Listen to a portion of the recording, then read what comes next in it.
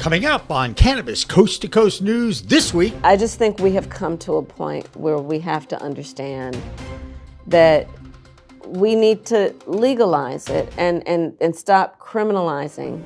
While VP Kamala Harris says words never before spoken by a presidential candidate, former President Donald Trump preaches states' decriminalization and rescheduling.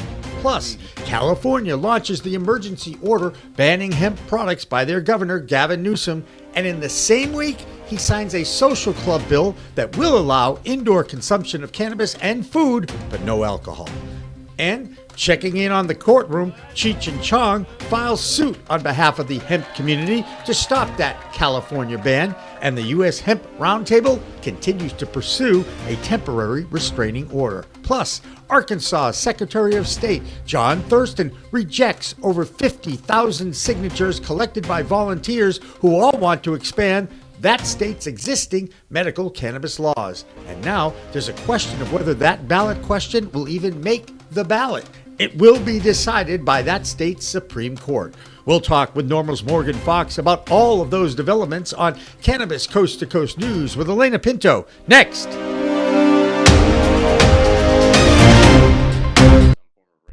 Hi, everyone. Welcome to another edition of Cannabis Coast to Coast News, Pro Cannabis Media's weekly roundup of the news from the cannabis industry. I'm Alaina Pinto. Before we get to the news from the past week, a reminder to download the free PCMTV app from the App Store or Google Play. The QR code is displayed on the screen and it takes you right there. Okay, our top story is about the battle for the White House. A few weeks ago, we paved the way for this issue by asking which candidate would be best for the industry.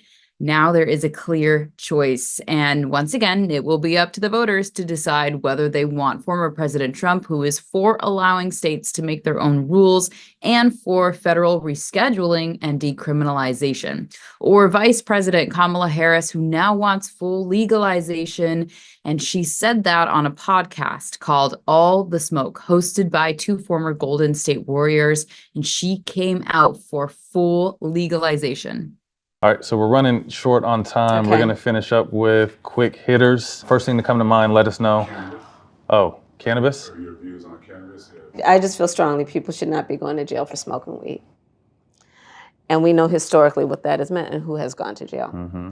Second, I just think we have come to a point where we have to understand that we need to legalize it and stop criminalizing this behavior. And I've actually, this is not a new position for me. I have felt for a long time we need to legalize it. So that's where I am on that. I love it. Well, Okay. She said weed, not cannabis. Pay attention, y'all. Yeah, that's old school, right? Yeah, that's old school. I like it. I like it. All right. I loved it.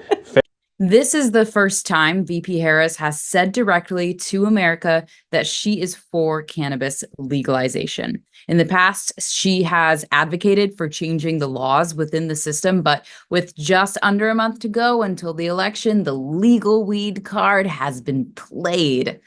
Florida remains the battleground state over cannabis. The Question 3 initiative for adult use there has driven over $100 million in ad revenues into the Florida media. Here's the latest ad from Smart and Safe Florida that shares the differences and the conflicts with many politicians playing that weed card. I think in terms of marijuana, and legalization, I think that should be a state issue, state by state. The way they're doing it in Florida, I think, is going to be actually good. It's going to be very good. People should not be going to jail for smoking weed. We need to legalize it and stop criminalizing this behavior.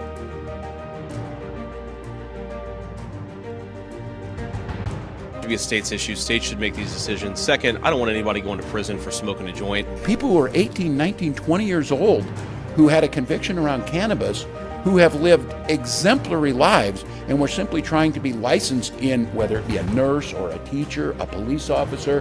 They were trying to do these things, and that was keeping them from being able to do that.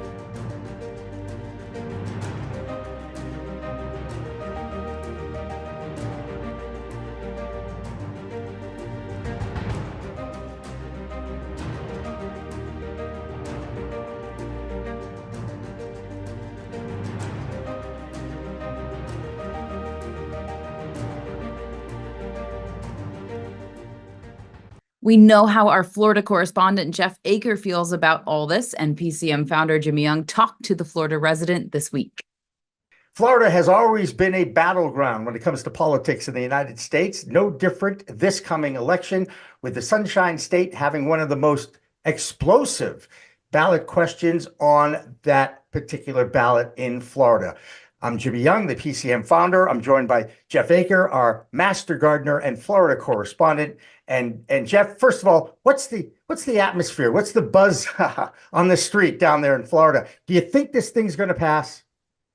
Jimmy, I'm really pushing it hard through all my friends and family, and I encourage everyone in Florida that's watching this right now to follow suit. I know it's not a perfect bill, Jimmy, but it's a start. It's easier to change than get something back in. We got $105 million to the yes in this to even get it so we can dot the little circle. There you go. Well, let's hope it happens. The Smart and Safe Florida campaign released a advertisement this week where it basically showed both sides of this issue, both presidential candidates and their vice president candidates alongside, and they all seem to be pulling for that yes on 3. Did you happen to see that? And what was your impression of that particular ad? Okay, now what I'm thinking and what I'm seeing on this is Donald Trump has come out away from the Republican consensus that this is bad. All the Republicans in the state are like, oh, no. And the Democrats are, oh, yes, I think it's a huge voting point. The only difference I think it's going to make is Donald Trump is going to actually fill that little circle in your Florida. State. In your state, right? Yeah. Yeah. And so he's voting for yes on 3. Kamala Harris isn't voting on it. So I'm thinking he's going to do more to it in the state than she is, just for that simple fact. And anyone that loves Trump, since he's doing it, he will carry them on to the vote too. Right. And of course, your governor there, Ron DeSantis, is doing everything he can to stop the Yes on 3 movement. He aligned himself with the unregulated hemp-derived products. And I'm really I'm interested to see which side, if that has any impact at all. When you're around Florida, and you and I have talked, when you see beer for sale in convenience stores all the time. And of course, you see a lot of the unregulated, unlicensed products in there too, don't you? I don't see a lot in stores unless you go into some of the lower end gas stations. But just in my town alone, I have probably 6 what they call smoke shops. Okay.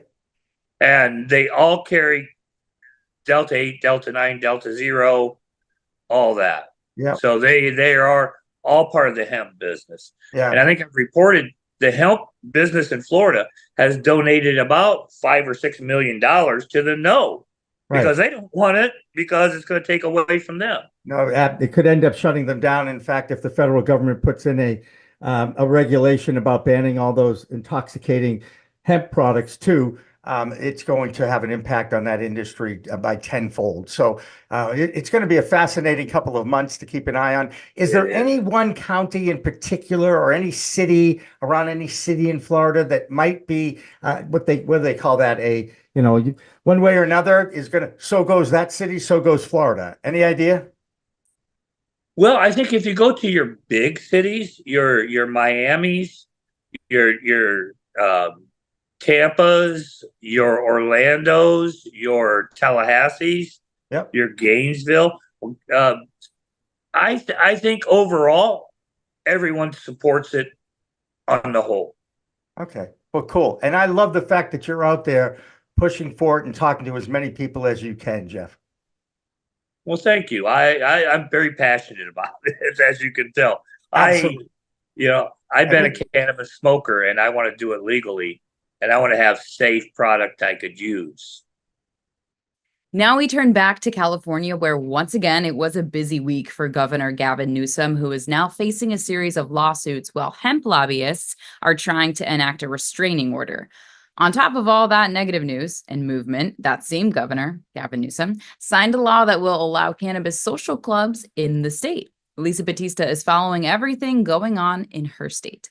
Comes to all things in California, we are so happy to have Lisa Battista on our side to kind of take a look at what's happening in her state. Lisa, a lot of crazy things going on in your state. I thought your editorial last week was perfect, and especially when you talked about the governor's emergency ban and the fact that now young people, kids who rely on CBD-derived products can't get their medicine. That, to me, should take the judge and allow that temporary restraining order to stand. But you tell me, what has been the reaction amongst your people out there in the beautiful state, the golden state of California?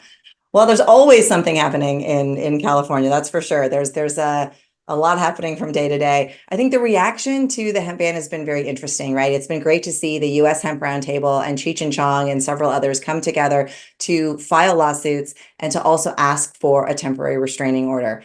What's nice is they're the companies, you take a Cheech and Chong, they're such a big brand and they have the funds to be able to fight the fight on behalf of all of the small businesses who really don't have it to fight for ourselves. I think it's also interesting, I'll just say from the risk perspective, right? Cheech and Chong, the brand is going to be there no matter what. And they, again, can take a little bit of risk from my perspective in fighting against the ban. Small businesses, small manufacturers like ourselves, we run a lot of risk if we bump into those rules. If we get shut down, it's not just our business, it's all of the brands that we support. So it's just really weighing out those risk factors. And that's what I think is happening across the board. I'm hearing about many manufacturers who are looking out of state, just like we are. They have every intent to move. I hear plenty of others that are just going to run business as usual because they really don't think there's going to be much enforcement. It's debatable on if this is a, political stunt, might be a strong word, but are they really going to enforce it or are they not? It just continues to be a little crazy every day. And the world of politics and law enforcement and lawmakers, it keeps us all with our opinions and our mouths and conversations going. And the same, well, let's say the next week, after he put in his emergency order, Governor Newsom decides that he will be friends with the cannabis community and open up cafes. So they're going to they're actually going to have food and beverage, non-alcoholic, at these cannabis social cafes. Yes. And that's been how many years you've been waiting for that? Just out of curiosity. Many. Okay. Good answer. Because in Massachusetts, they're having public comment periods still 6 years after the voters put it in place. And all the regulators, 2 sets of regulators, can't figure out how to do this. And again, drives me crazy, but everything drives me crazy. So as a California resident, you're actually excited about that, aren't you? Oh, I think again, this is a great example of something that makes common sense.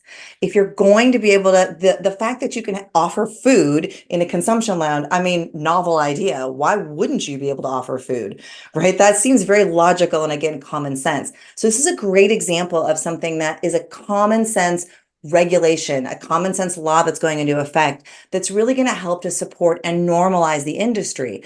It's just is an interesting counterbalance to the things that are not common sense, but definitely excited about it. It's a long time coming and it's going to be interesting to see what establishments can do with that, right? Next up, Joe Parsons in Virginia, where the medical market continues its steady growth, and Joe continues to find interesting people who have stories to tell. I'm Joe Parsons with the Virginia Cannabis Connection, and this is the Virginia Cannabis Report on Cannabis Coast to Coast News.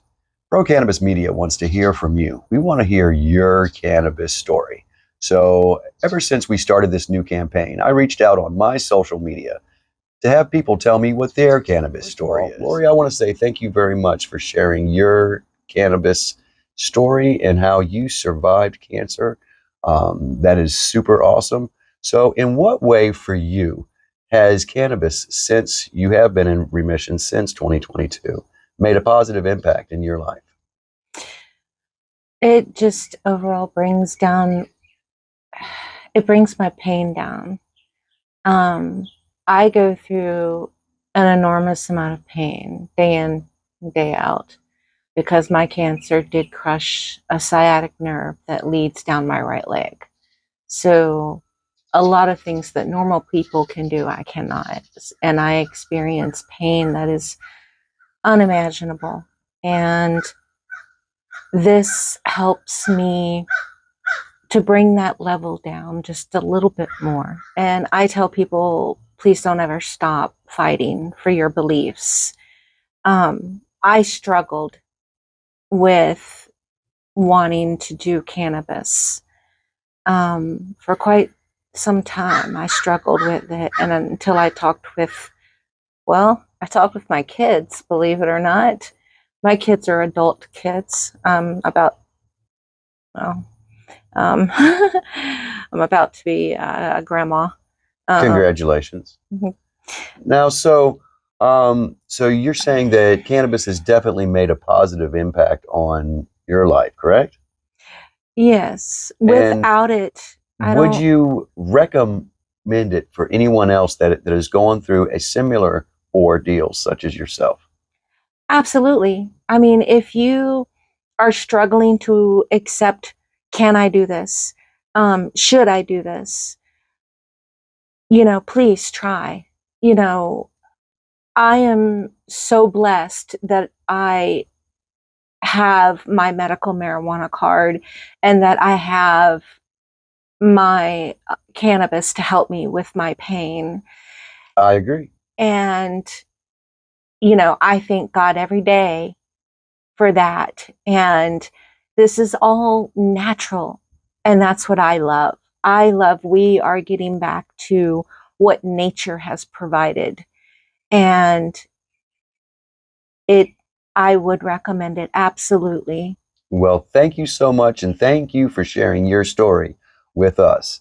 If there's anybody else out there that wants to share their story with Pro Cannabis Media, all you got to do is head on over to the Apple App Store or the Google Play Store, download the free Pro Cannabis Media TV app, and you can share your story with us.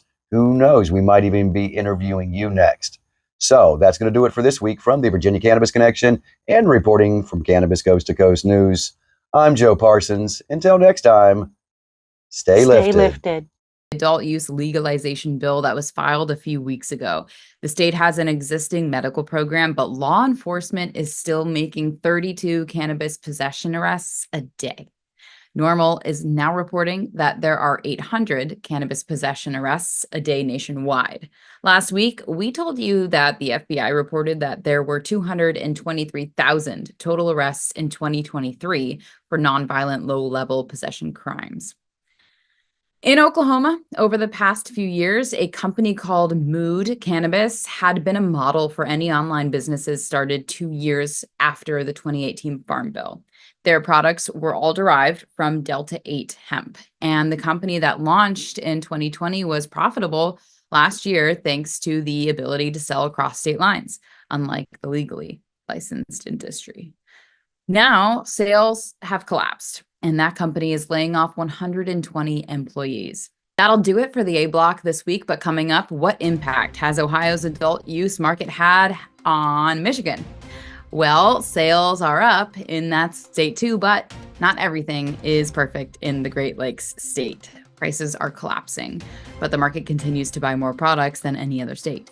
Amie Carter has that story, plus more state reports on Cannabis Coast to Coast News after this. If you live in Michigan and want to make the most out of marijuana, you need a medical card. Let's dive into 5 awesome reasons why. Ready to take your craft to the next level? Imagine faster extractions, purer products, and more profits. Sounds good, right? At Pure 5 Extraction, we've revolutionized cannabis extraction with our game-changing technology. No solvents, no heat, just the cleanest, most natural process on the market. Whether you're a boutique grower or a large-scale operation, Pure 5 has the tools to elevate your business worldwide. Visit pure5extraction.com today. Pure 5 Extraction, because your plants deserve the best. In serene Springfield, Ohio, Ethan battles anxiety and persistent body pain. Seeking relief, he turns to Yellow Labs' Calm THC Cream, offering tranquility via delivery technology. Massaging in the cream, Ethan feels waves of peace and serenity easing his anxiety and tension. Empowered by the remarkable relief, he sets out on a journey towards healing and renewal.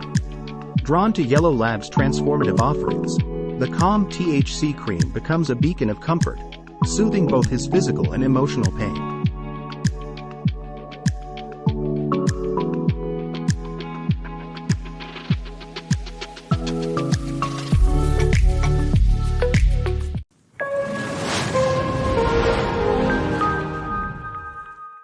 Hi, everyone. Welcome back to Cannabis Coast to Coast News. This is the B Block, or our second part of our weekly roundup of industry moves.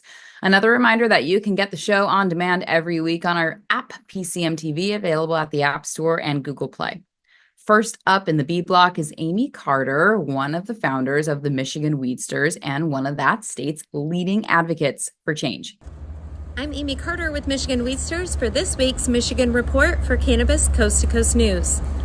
From pickles to wellness, the Michigan family behind the largest pickle brand in the U.S., Vlasic Pickles, is set to launch Vlasic Labs, located in Commerce Township, which makes CBD products for both pets and humans. Redford, Michigan, dozens of hopeful entrepreneurs have reportedly been setting up tents outside Redford Township Hall for several days, hoping to be among the first to apply for a local license to operate a cannabis business in that area. Retail market blues. According to recent reports from Crane's Detroit Business, Michigan's remarkably low marijuana prices, averaging around 80 per ounce, are likely influenced by a considerable surge of illegal and unregulated marijuana entering the legal market.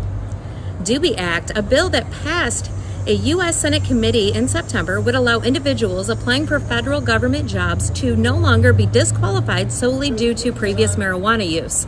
Dubbed the Doobie Act and introduced by U.S. Senator Gary Peters out of Michigan, the legislation still requires approval from both the Senate and the House before it can be enacted into law. Has the flame dimmed for cannabis retail in Traverse City? Officials at Michigan cannabis companies have indicated that they anticipate additional dispensaries in Traverse City may shut down as supply continues to exceed demand in the tourist destination, especially with 10 dispensaries operating during the colder months. That's this week's Michigan Report. I'm Amie Carter for Cannabis Coast to Coast News. You live in Michigan and want to make the most out of marijuana, you need a medical card.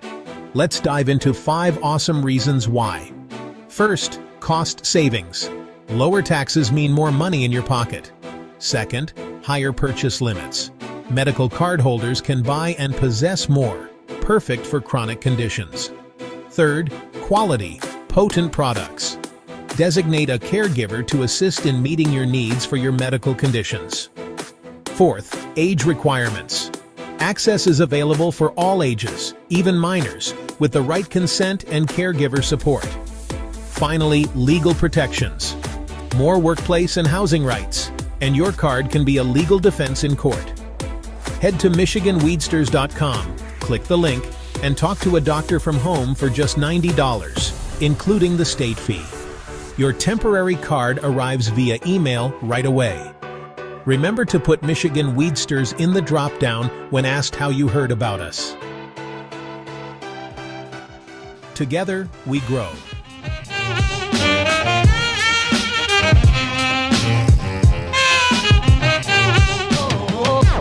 You might remember that Arkansas was one of the states working on getting a cannabis reform question on the ballot. Our man in the Razorback state, Kevin Shakir, interviewed a volunteer worker who explained that he was collecting signatures in order to get the reform question on the ballot. Well, now there's a snag and a lawsuit. The campaign had collected 150,000 signatures in support of the initiative, but the Secretary of State only certified 88,000 of the 90,000 required. So the ballot question is off. Arkansans for Patient Access was the group out in the streets trying to collect the signatures. And now that the question has been pulled from the ballot, falling just 2,000 names short. The lawsuit claims, though, that the Secretary of State, John Thurston, used a narrow interpretation about who was responsible for collecting the signatures and basically omitted thousands collected by volunteers. Thurston claims that the law states these signatures had to be collected by the sponsor of the question, not volunteers. Did you know that there is an award show for cannabis music? Well, not only is there one, but it's the 6th year of this unique category for the cannabis industry. Of course, the awards show was in Las Vegas, Nevada, and Tina Tasaka found some new friends. I'm Tina Tasaka with 420 Technologies, and this is the Nevada and Tribal Nations report for Cannabis Coast to Coast News. There's more growing news for the Minnesota tribes as they actively expand operations. Minnesota cannabis businesses are nearing the final phase of securing licenses for 2024, but tribal operations could give them early competition. Sean Weber of Crested River plans to expand into marijuana with his current hemp business, but nearby tribal businesses with the Lower Sioux Reservation may be up and running first. Tribes are negotiating with the state to open dispensaries off reservations, adding to the competition. Zach Wilson of Wobigwan, Mesquite, and White Earth Nation Cannabis sees opportunity for collaboration rather than crowding as tribal and state-regulated businesses launch. Licensing starts late this year, with retail openings expected by March. In Nevada, at the September 19th meeting, the Cannabis Compliance Board approved MedMin's transfer of interest to Mint, Nevada. However, Mesa Oils and Redwood Cultivation initially sought to halt the transfer until they were paid what they were owed. Just before the transfer of interest discussion, MedMin's Nevada's chief restructuring officer announced a deal had been reached to pay these creditors upon the transaction's completion. Mint, based in Tempe, Arizona, operates 18 dispensaries across states like Arizona, Michigan, Illinois, Missouri, and is expanding into Nevada and Florida. And lastly, coming fresh off the Nevada Cannabis Music Awards Festival, and I had to say that about 10 times, maybe 100, the results and winners are in. I wish I could mention everyone and every category because everyone in this industry works so hard and so many deserve to be on that stage. Some of the highlights include Best Hybrid Flower, Head Cheese, Polaris. Best Indica Flower, Master X, Bubba Kush, Polaris. Best Vape, Rove. Rick Simpson Oil, Permanent Marker, RSO, by Grower Circle. All in all, it was a fun-tastic night with high energy, and the Chamber of Cannabis was there with new board members. And at the end of the night, Party Man Live, they busted in. Here tonight at the Cannabis Awards here in Nevada. Well, we are Party Man Live, entertainment out of Vegas. We do DJ and mascot parties. We do any party. All parties matter. But anyway, we came to celebrate the cannabis. We came to listen to the good music, vibe with the good people, and have a great time. And that was a great interview. I'm Tina Tasaka with Nevada and Tribal News, and this is Pro Cannabis Coast to Coast News. Many new adult use states tend to oversaturate the market with people and groups that apply for licenses, but the oversaturation of the market has hurt many new markets. Now this week, regulators in Vermont have stopped accepting any new cannabis retail and some cultivation applications for licenses. The move is to curb the problem of retail saturation. There are 79 dispensaries in the Green Mountains state and just over 12,000 in the country. There are 292 dispensaries in Arizona, but our regular Arizona reporter Karen Black is on vacation this week. One of the most vocal advocates in that state is Allison Benedict, and she is filling in for Karen. She's also coming off a brilliant appearance on Montel Williams' podcast, Let's Be Blunt. Here's Allison. I'm Allison Benedict from Pause Consumption, filling in for Karen Black with the Arizona Cannabis Report for Cannabis Coast to Coast News. Let's dive into some of the top related stories this week. A recent ruling by the Arizona Court of Appeals brings some clarity to cannabis and driving laws. The court ruled that drivers who use cannabis aren't automatically guilty of a DUI just because they tested positive for marijuana. The decision highlights that impairment needs to be proven, not just the presence of THC in someone's system. This is an important ruling as it addresses the complexity of determining impairment, considering how long THC can stay in the body after use. In California, cannabis lounges are setting a new standard for social consumption. A recently passed law allows licensed dispensaries to serve food and host live music events, creating a more immersive experience for patrons. This shift not only elevates cannabis culture, but also provides a safe and controlled environment for consumption. It's a model that could inspire other states, like Arizona, where consumption lounges are not yet legal, allowing regulated social spaces for cannabis use, along with entertainment and dining, could help address concerns about public consumption and bring cannabis further into the mainstream. States looking to enhance both public safety and the customer experience should take note of California's approach. And back here in Phoenix, something unexpected is turning heads. A large naked statue of Donald Trump has been placed near a dispensary in central Phoenix. It's causing quite the stir.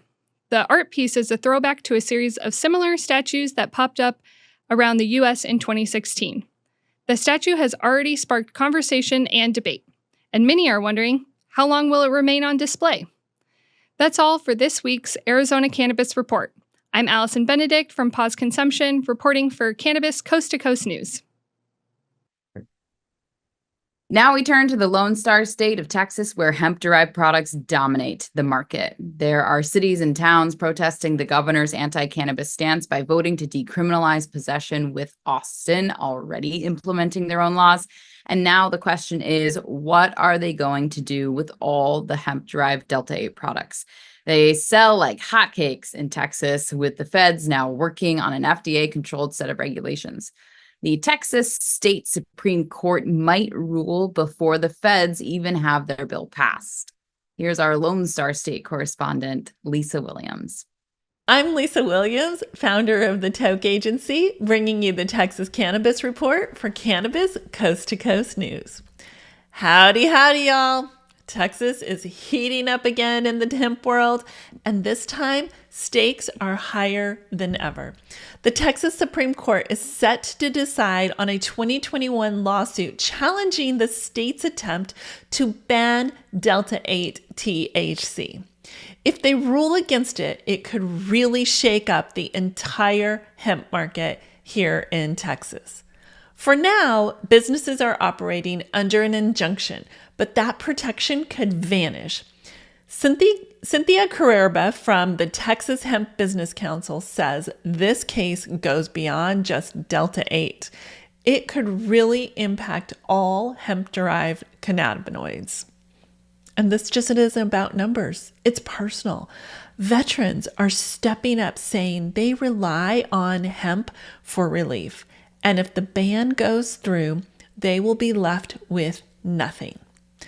Add to that fact that Texas's medical marijuana program is so restrictive, with only 12,000 registered patients, that many Texans are turning to hemp products instead of dealing with the red tape. On top of that, economist Bo Whitney says hemp brings in major tax revenue. An estimated $8 billion impact in 2022, with $6 billion coming from direct sales alone. This makes the Texas hemp market a powerful economic force, but it's under threat as legislatures and businesses fight over who controls the market. With a decision expected in 2025, the battle isn't over. And trust me, whichever way this goes, Texans won't give it up without a fight. This is also personal to me, as I just acquired a brand called Hello Again Products, which is currently manufactured in California. And with the California hemp market entirely shut down, I'm looking to bring the manufacturing to Texas. But it seems like this might be a wait and see what happens with this new legislation. I'm Lisa Williams, founder of the Toke Agency, bringing you the Texas Cannabis Report for Cannabis Coast to Coast News. That'll do it for the B block of Cannabis Coast to Coast News for the week. But we still have more reports and news for you, including our Canadian report with Debbie Facey and Doug Miller's High on Wall Street, so don't go away. I think I messed up. Did you know there's a place that covers all the cannabis news you need? Welcome to Pro Cannabis Media, your go-to for all things cannabis. PCM is the CNBC of weed, bringing you the latest news and talk shows with a twist.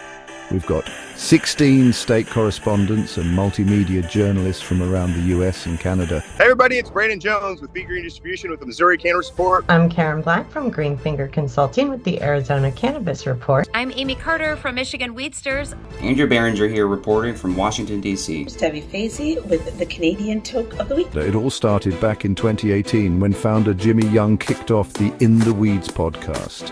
His mission? Documenting the fight to end cannabis prohibition. Fast forward to today and we've got Cannabis Coast to Coast with Alaina Pinto, delivering the nation's only TV-style cannabis news show. Hi, everyone. Welcome to another edition of Cannabis Coast to Coast News, Pro Cannabis Media's weekly roundup of the news from the industry. I'm Alaina Pinto. As of August 2024, PCM has racked up over 1.2 million views and 14.5 million impressions on our YouTube channel. With 15,000 subscribers and growing, our reach is spreading like wildfire.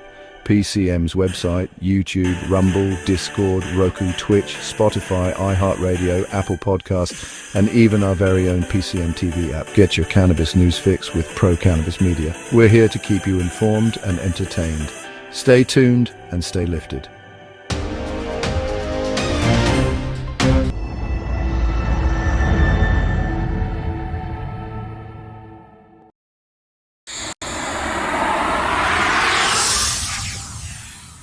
It's a whole new world of weed out there, isn't it? Everyone is learning new ways to titrate, ingest, consume, imbibe, and engage with this plant medicine we call cannabis. Now, let me tell you my cannabis story. You know, I've had 4 major surgeries in the past 23 years and suffer from osteoarthritis with a variety of metal parts in my body and one on deck. Now, thanks to those chronic pain issues, I've been a medical patient in Massachusetts for almost 10 years now. I remember my first trip to a dispensary just outside of Boston, and I told the bud tender I didn't want to smoke it anymore. So I tried edibles, then tinctures, then vaping, and now if I'm going to smoke, I only use the Weedgets filtration system. What? The Weedgets.com, Weedgets, that's weed, W-E-E-D, G-E-T-S.com, is where you'll find the planet's coolest product that cools the smoke from everyone's favorite flower. The guy that started this was a pretty good medical device manufacturer, and he created this maze pipe that cools the smoking process from 1,300 degrees Fahrenheit upon inflammation down to just 90 degrees when it reaches your mouth. That's right, 1,300 down to 90. That's why this maze pipe is amazing. Now, add in the code of PCMTV and you get 15% off. So just go to Weedgets.com and check out the best way to enjoy a cooler smoke with less coughing and hacking and more peace of mind.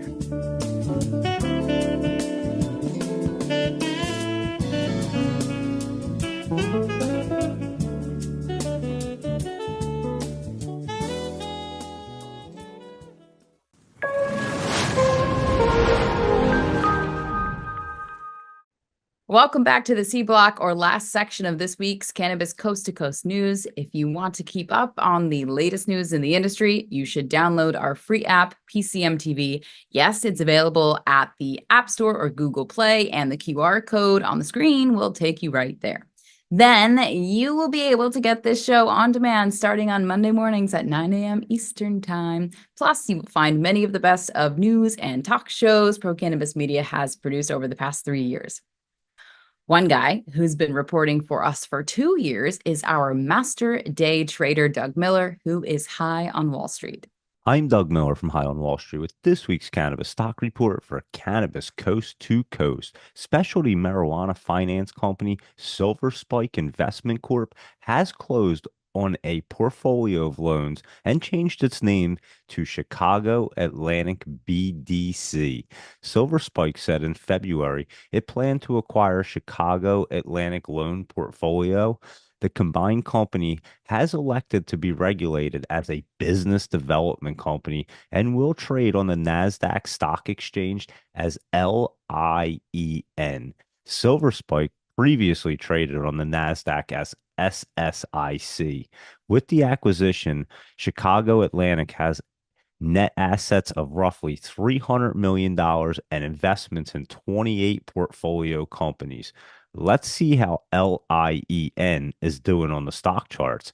It's trading around $11.90 and it jumped up on this news. So watch for some pullback as it sets back up to go up more. And that's this week's Cannabis Stock Report. Reporting for Cannabis Coast to Coast, I'm Doug Miller. Debbie Lacey with the Canadian Coast to Coast Cannabis Report. So what we have in Canada this week is the Green Tone Company in Quebec, as well as the Salem Technology. They are going to be pairing up together and creating a collaboration when it comes to a new light system.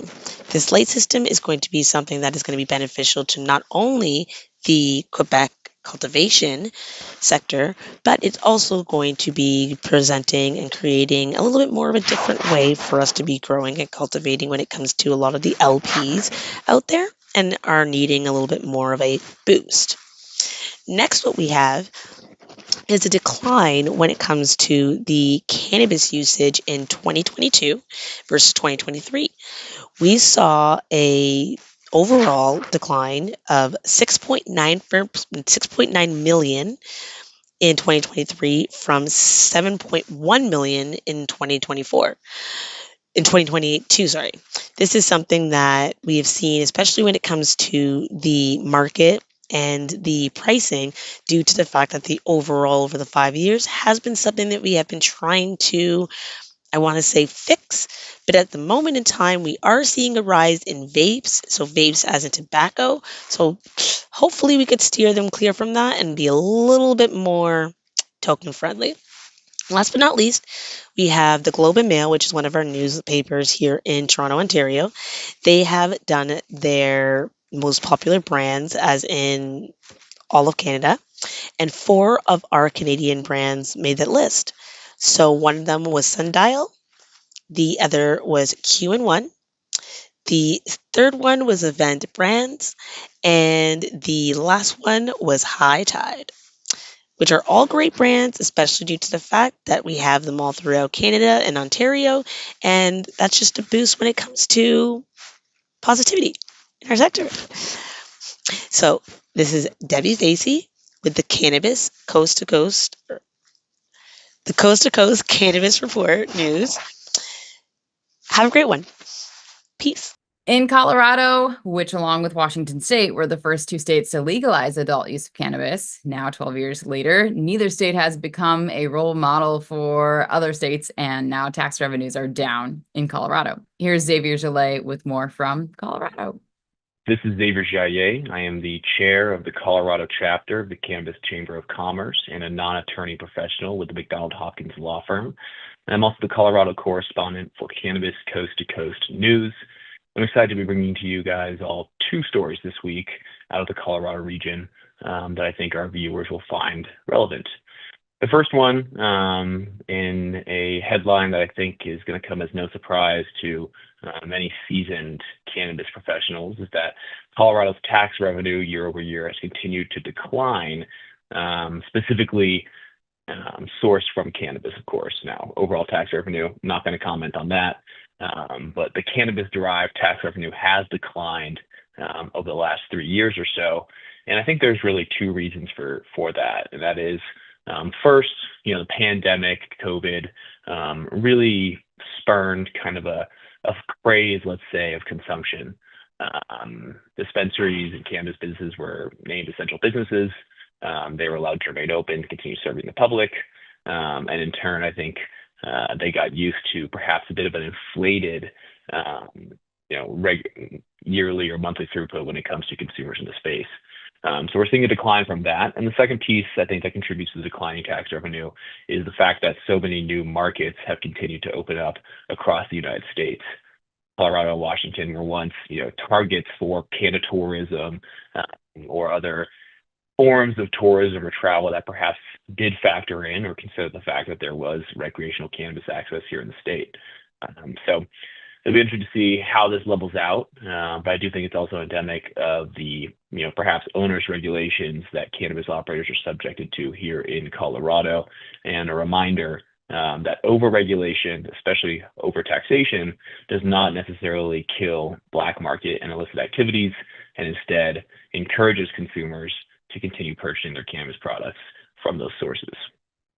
Now, second piece of news I want to bring to your attention is that Colorado Springs, the large urban area south of Denver, largest, kind of second largest, let's say, metropolitan area in Colorado, if you can call it that, is considering allowing recreational cannabis. Since 2014, since the state passed recreational cannabis access, Colorado Springs has actually declined to allow recreationally licensed cannabis businesses within city limits. There's no recreational dispensaries, no recreational cultivators or processors in the city limits. So it'll be interesting to see if that measure is approved. We expect to learn more about that in the coming months. Now, one thing that's sure is that city officials have already indicated that they will be issuing very limited license counts, and they've established zoning regulations already, for example, prohibiting dispensaries from being within a 1 mile radius of any school serving a K through 12 student population. So exciting times to see, potentially another large population begin to gain access to recreational cannabis here in Colorado, which again, may be a surprise to some of our viewers. But also a bit of a downturn when it comes to tax revenue of the state, mostly because of pandemic highs returning to normal, Canada tourism being down, but then again also a reminder that onerous regulations are not always the best choice, and they may in fact drive consumers back to the illicit market. That's it for this week. I'm excited to come to bring you more stories next week, and thank you all for tuning in. Back here on the East Coast, the Washington District of Columbia is now suing to stop the illegal operations that are popping up in the shadow of the Capitol. Andrew Behringer has more on what's going on in our nation's capital. I'm Andrew Behringer with the Washington, D.C. report for Cannabis Coast to Coast News. House Democrats urge the DEA to expedite cannabis rescheduling in a significant move for cannabis policy at the federal level. 2 House Democrats are pressing for updates regarding the rescheduling of cannabis. The representatives have called on the DEA Administrator Ann Milgram to take swift action in rescheduling cannabis from a Schedule 1 to a Schedule 3. Now, if we remember, the DEA began this process in early May, opening a public comment period that saw overwhelming support for this change. The agency has scheduled a hearing for December 2nd, just weeks after this upcoming presidential election. This timing adds a layer of political intrigue to an already contentious issue. The call for action reflects growing bipartisan momentum for cannabis reform at the federal level. Now, if we look at DC local news, a coalition of licensed cannabis businesses in Washington, D.C. have filed a federal lawsuit against 24 illicit cannabis operators. The Alliance of Legal Cannabis Entities, or ACLE, is taking aim at unlicensed dispensaries, their owners, and landlords, accusing them of unfair competition and false advertising. The lawsuit alleges that these illicit operators have diverted over $600 million annually from the legal market, forcing several licensed businesses to shut down. Now, despite these warnings from the city officials, these shops continue to operate under the Initiative 71's gifting model, which the city has deemed illegal for commercial purposes. The suit also claims many of these shops are advertising interstate delivery, both clear violations of local and federal laws. The ACLE is seeking damages equal to 3 times the profits received by each defendant over the past 3 years. Well, that's the Washington, D.C. report. I'm Andrew Behringer reporting for Cannabis Coast to Coast News. Now with the presidential race in its final month plus, Senator Ron Wyden's bill to regulate hemp, there is a lot on the plate of the political director for NORML, Morgan Fox. He talked with PCM founder Jimmy Young this week. We've got a very special guest on our Cannabis Coast to Coast News one-on-one this week. It is Morgan Fox, the political director of NORML. And Morgan, As the founder of Pro Cannabis Media, I'm certainly happy to be talking to you this morning. Lots going on down there in Washington, D.C., isn't there? Well, thanks for having me as always, Jimmy. Yeah, I mean, in some aspects, there's a lot going on. In other aspects, there's really nothing going on. We're entering into campaign season, which means that, since the Congress was able to narrowly avoid a government shutdown, now we're in a point where all eyes are on the elections, and I think it's very unlikely that we're going to see any real legislative movement in the next couple of weeks. But we have seen some movement leading up to this point, and I think that it is positioning us very, very well for the post-election period when, I think it's anybody's guess what could happen, and I think it's largely dependent on the results of both the presidential as well as congressional elections. But that's really going to change the dynamic in terms of what sort of cannabis-related legislation we might be able to see in the remainder of the 118th. And then it's also going to change the dynamic about how preparations are being made for the 119th Congress. Yeah, and as a lame duck Congress, I'm not quite sure in this current environment that's going to be, they're not going to be very busy, let's just say. Am I accurate on that, you think? I think it's anybody's guess. Congress could be very, very busy in a number of different ways. I mean, who knows if it's going to be cannabis related? But I do know that, from my conversations with lawmakers, that there is appetite to continue moving standalone cannabis policy reform across the finish line. Obviously, we're going to have to be talking about another round of appropriations, but I think it's much more likely that we're going to get another continuing resolution and push the entire conversation around appropriations issues into the FY25 negotiations. That could be really, really good for cannabis policy reform. But again, we don't know what the political environment is going to look like around those conversations. So it's very difficult to predict. Right. Oh, that's for sure. And I'm not even sure I've got so many questions I want to start with. But since we're already leaning into that direction a little bit, there is definitely both sides of the aisle candidates are all basically saying they're supporting the Yes on 3 adult use ballot initiative. The Safe and Smart Florida folks put out a recent advertisement basically showing former President Trump and Vice President Harris's policy. And also it was released this week where you have Kamala Harris on the NBA Players podcast looking at not looking at the camera, but looking at the hosts of the show and saying, I think it should be legalized. It really is, I think, the first time I've ever heard a presidential candidate use those words. Is that accurate? Oh, unfortunately, far from. Well, I mean, fortunately for us, Harris in the 2020 campaign said the exact same thing and came out strongly in favor of legalization and decriminalization. Harris also, as a senator, sponsored the MORE Act on the Senate side, which would have descheduled cannabis and regulated it in a fashion. And I think that while, as far as I know, none of the candidates for president or vice president have officially endorsed Amendment 3, they've all made relatively supportive comments about legalization. Only one of them really has a track record that supports those statements. But at the same time, I think that it's really, really important that we're in a position now where, like, the two major party candidate groups are all saying the same thing, that cannabis prohibition needs to end and that people should not be jailed for using cannabis. I think that there's also a significant amount of support for providing states with a fair amount of self-determinism, but also when you look at really what people are saying in terms of policy, having some sort of federal guidelines. But in terms of just what the candidates have said, everybody is united in that people shouldn't be arrested for cannabis. That is fairly historic. I think that a lot of other politicians down ticket in every single race should really be paying attention to that and thinking about their positions. Not just from a political point of view, but from the simple truth that prohibition is a failure and that continuing to support failed policies is bad for your constituents, it's bad for you politically, and it's bad for our country.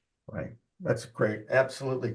And, I think back to the Farm Bill of 2018 and the Pandora's box that was opened when the Congress allowed hemp at 0.3% defined. And that too is under attack lately. And now we have this cottage industry, if you will, of Delta 8 products that are designed to attract younger people to them, unregulated, unlicensed, and they're available at gas stations, convenience stores, and smoke shops.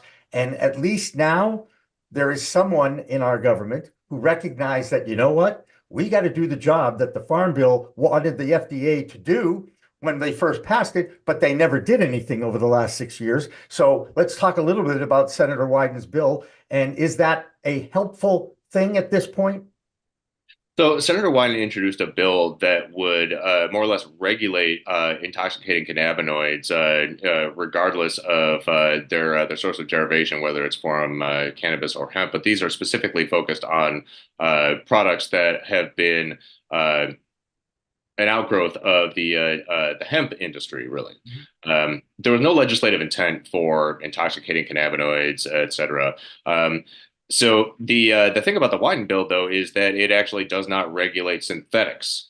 It regulates hemp-derived products, and I think that that's a really big difference because the vast majority of Delta 8 products out there, I would say like 99.99999%, are synthesized from CBD that was itself derived from hemp.